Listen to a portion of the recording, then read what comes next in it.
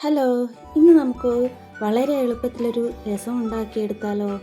അതിനു വേണ്ടി ആദ്യം തന്നെ വെളുത്തുള്ളി, ചെറിയുള്ളി, ജീരകം, വറ്റൽമുളക് ഇവ നമുക്കൊന്ന് ചതച്ചെടുത്തിട്ട് വരാം.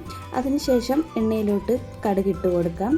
പിന്നെ വറ്റൽമുളക്, കറിവേപ്പില ഇത്രയും ഇട്ട് പൊട്ടിച്ചതിന് ശേഷം നമ്മൾ ചതച്ച് വെച്ച ഇൻഗ്രീഡിയൻസ് ഇട്ട് കൊടുക്കാം. ഇതിൻ്റെ പച്ചമണം മാറുന്നത് വരെ ഒന്ന് നന്നായിട്ടൊന്ന് വഴറ്റിയെടുക്കാം. അതിനുശേഷം ഒരല്പം കായപ്പൊടി ചേർത്ത് കൊടുക്കാം. പിന്നെ മഞ്ഞൾപ്പൊടി, മുളക് പൊടി, മല്ലിപ്പൊടി, കുരുമുളക് പൊടി ഇത്രയും പൊടികൾ ചേർത്തതിന് ശേഷം അതിൻ്റെ പച്ചമണം മാറുന്നത് വരെ നന്നായിട്ടൊന്ന് വഴറ്റിയെടുക്കാം.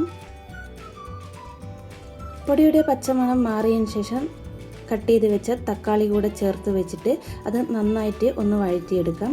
പിന്നെ ആവശ്യത്തിനുള്ള ഉപ്പ് ചേർത്ത് കൊടുക്കുക. തക്കാളിയൊക്കെ ഇപ്പം അത്യാവശ്യം നല്ല രീതിയിൽ ഉടഞ്ഞ് വന്നിട്ടുണ്ട്. ഇനി ഇതിൻ്റെ അകത്തേക്ക് നമുക്ക് പുളിവെള്ളമാണ് ചേർത്ത് കൊടുക്കേണ്ടത്. ഒരു നാരങ്ങ വലുപ്പത്തിലുള്ള പുളിയാണ് ഞാൻ എടുത്തേക്കുന്നത്. പിന്നെ ആവശ്യമായിട്ടുള്ള വെള്ളം കൂടെ ചേർത്ത് കൊടുക്കാം.